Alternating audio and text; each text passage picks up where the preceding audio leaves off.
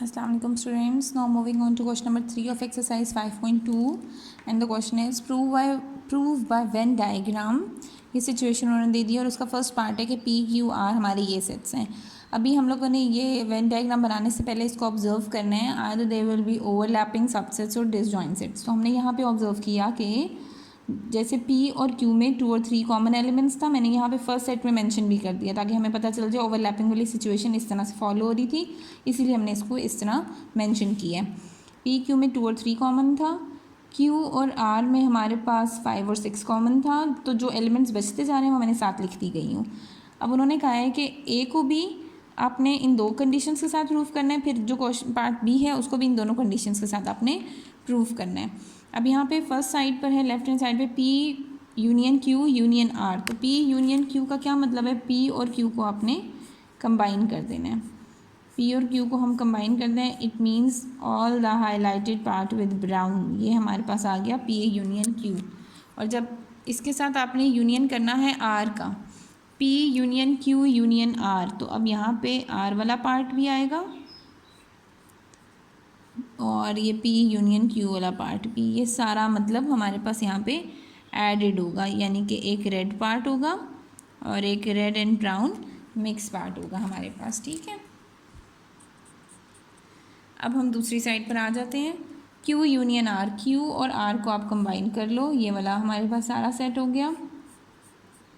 Union P, अब इसके साथ आप P को भी यूनाइट कर दो, यानी कि ये P वाला सेट था, इसके साथ Q और R को भी आपने कंबाइन कर लिया. ये इसमें हाफ पार्ट ब्राउन है और half part brown with red है. ठीक है, ये जो हमारे पास नेट वाला पार्ट है वो आ जाएगा. और Q यूनियन R में हमारे पास सारा रेड रीजन था. ठीक है, ये हमारे पास फर्स्ट वाला प्रूव हो गया. सेकंड वन पे आ जाए, P union Q union R. अब यहाँ पे भी देखें P Q R 3 सेट्स थे. P Q और R के साथ बिल्कुल भी रिजेंबल नहीं कर रहा था, यानी कि P डिसजॉइंट है. P को आपने बिल्कुल सेपरेट कर दिया. और Q और R में हमारे पास कॉमन क्या आ रहा था? T और U. तो T और U इनका कॉमन पार्ट आ गया. Q और R के बाकी एलिमेंट्स मैंने साथ एज इट इज़ मेंशन कर दिए हैं. अब यहाँ पे हमारे पास P यूनियन Q, P और Q को आप यूनियन करेंगे, यानी कि ये Q सेट आ गया और ये P सेट आ गया.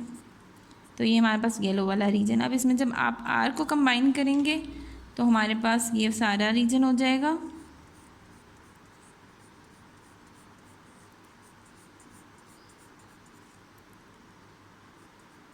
कुछ ग्रीन रीजन है और कुछ ग्रीन विद येलो रीजन है. ठीक है, उसके बाद है हमारे पास Q यूनियन R. तो Q और R को आप यूनाइट कर रहे हैं, green part. P union Q union R. अब इसके साथ आपने P को भी कंबाइन कर देना है.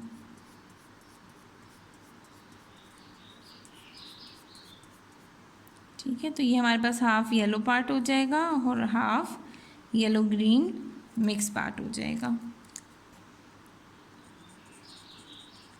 ठीक है, ये हमारी पहली सिचुएशन से प्रूव हो गई चीज़ें. Now coming towards the second situation. अब हमारे पास इंटरसेक्शन की सिचुएशन है, P intersection Q intersection R. तो हमारे पास 3 सेट्स उन्होंने बताए हुए हैं, वो तीनों फिर से ओवरलैपिंग आ रहे थे. तो P इंटरसेक्शन Q, यानी कि P और Q का जो इंटरसेक्टिंग पार्ट है डैट इज़ द 2 3 पार्ट, जिसमें 2 और 3 मेंशन है. इंटरसेक्शन R, यहाँ पे P इंटरसेक्शन Q 2 3, इसकी R के साथ इंटरसेक्शन है ही नहीं, कोई भी एलिमेंट कॉमन नहीं है, तो यहाँ पे आप एम्प्टी सेट रखोगे. Same on the other hand side Q intersection R, Q और R का इंटरसेक्शन हमारे पास ये पार्ट बन रहा है. इंटरसेक्शन P, अब इसको जब आप P के साथ यूनाइट करोगे तो कोई भी ऐसा नंबर नहीं है जो P में मौजूद हो, तो यहाँ पे शेडेड नो शेडेड रीजन होगा. ठीक है, सेकेंड पार्ट में अब हमारे पास उसी तरह से वही सिचुएशन आ गई कि P डिसजॉइंट है, बाकी दो ओवरलैपिंग थे. P इंटरसेक्शन Q, P और इंटरसेक्शन Q में कुछ है ही नहीं. इंटरसेक्शन R, जब इनमें कुछ कॉमन नहीं है तो how could be anything common in R in them. Second situation पे आते हैं Q intersection R. Q intersection R हमारे पास ये T और U वाला रीजन था.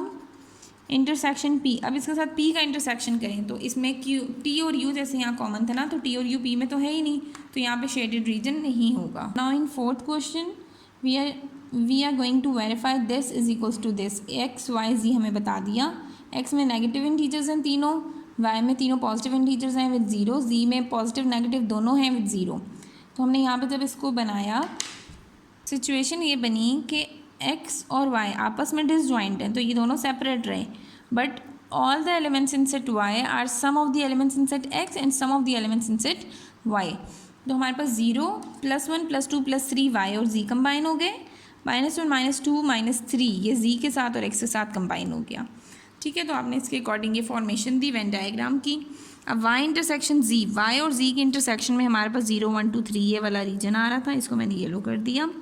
यूनियन x, इसका अब आप x के साथ यूनियन करेंगे तो हमारे पास हाफ ग्रीन रीजन है और half green with yellow region है।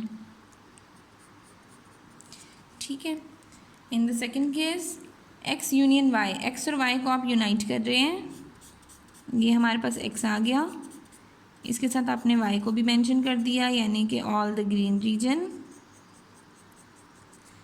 x यूनियन z, अब x और z को आप यूनाइट कर रहे हैं, यहाँ पे हम इनको येलो कर देते हैं, इसमें हाफ येलो पार्ट है और हाफ इसका येलो ग्रीन मिक्स पार्ट है। ठीक है, अब x union y, x union y, x और y की यूनियन और x और z का यूनियन, इनमें कॉमन चीज़ क्या आ रही है? कॉमन चीज़ हमारे पास ये वाला शेडेड रीजन है और इतना ये वाला जो पार्ट है ये आएगा, यानी कि हाफ हमारे पास ग्रीन लाइंस आ गई हैं और हाफ हमारे पास green and yellow mix lines आ गई हैं, यानी कि ये नेट बना हुआ है।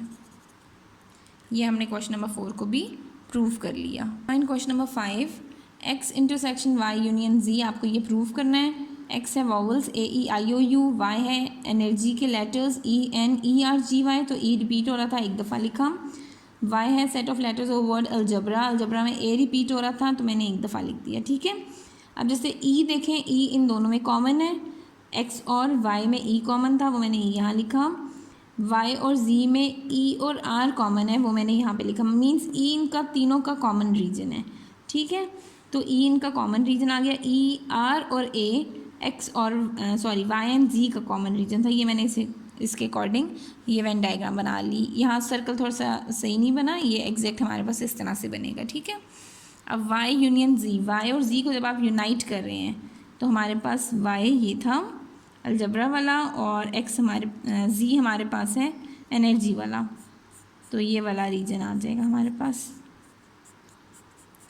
जिसमें एनर्जी और अलजबरा के सारे लेटर्स मौजूद हैं। अब इसके साथ हमारे पास कौन सा रीजन है जो x के साथ इंटरसेक्टिंग है, कॉमन क्या है, यानी कि इनको आपने यूनाइट कर दिया, सभी इकट्ठे हैं और इनमें से कॉमन रीजन क्या आ रहा है, a एंड e, तो हमारे पास a और e वाला ये वाला पार्ट था, तो हम सिर्फ इस पार्ट को यहाँ पर मेंशन करेंगे जो हाफ येलो है with some greenish part in it. Okay, अब यहाँ पे x इंटरसेक्शन y, x और y में इंटरसेक्शन क्या था, जस्ट हमारे पास जो e वाला रीजन था, x और y में हमारे पास ये वाला रीजन था जिसमें सिर्फ हमारे पास e लेटर आ रहा था। यहाँ पे बेशक आप अगर मेंशन करना चाहें तो अपनी आसानी के लिए मेंशन भी कर सकते हैं। ठीक है, कि x और y में हमारे पास जस्ट e वाला रीजन आ रहा था। उसके बाद x इंटरसेक्शन z, x और z में इंटरसेक्शन में क्या था, a और e, यानी कि x और z में यहाँ पे अब a भी है, तो इसको मैं एक और कलर देकर इस वाले पार्ट को हाईलाइट कर लूँगी, यानी कि हाफ येलो पार्ट है और half green and yellow mix part है। और जब आप इसको यूनाइट करोगे इन दोनों को तो ऑब्वियसली यही वाला पार्ट वापस आ जाएगा जिसमें ग्रीन पार्ट है, some of the yellow part and rest of also the yellow part. ये हमने क्वेश्चन नंबर 5 को भी प्रूव कर दिया, यही दोनों का कॉमन रीजन यही बन रहा है इनमें, तो यही हमारे पास आंसर भी है।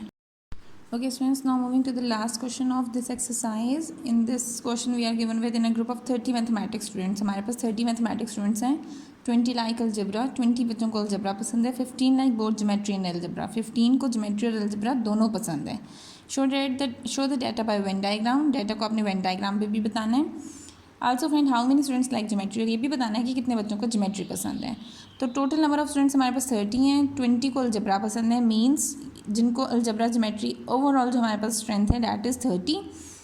जिनको उन्होंने बोल दिया ज्योमेट्री और अलजबरा दोनों पसंद है, डैट इज़ 30, ए यूनियन जी 30 आ गया, सॉरी 15 आ गया, जिनको अलजबरा और ज्योमेट्री दोनों पसंद थे।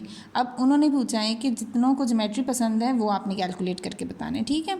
यहाँ पे वेन डायग्राम पे कैसे बताया, A for algebra, G for geometry. उन्होंने कहा अलजबरा में हमारे पास कितने बचाएंगे, जिनको अब कॉमन मैंने क्यों लिखा 15 में, क्योंकि 15 students like both geometry and algebra.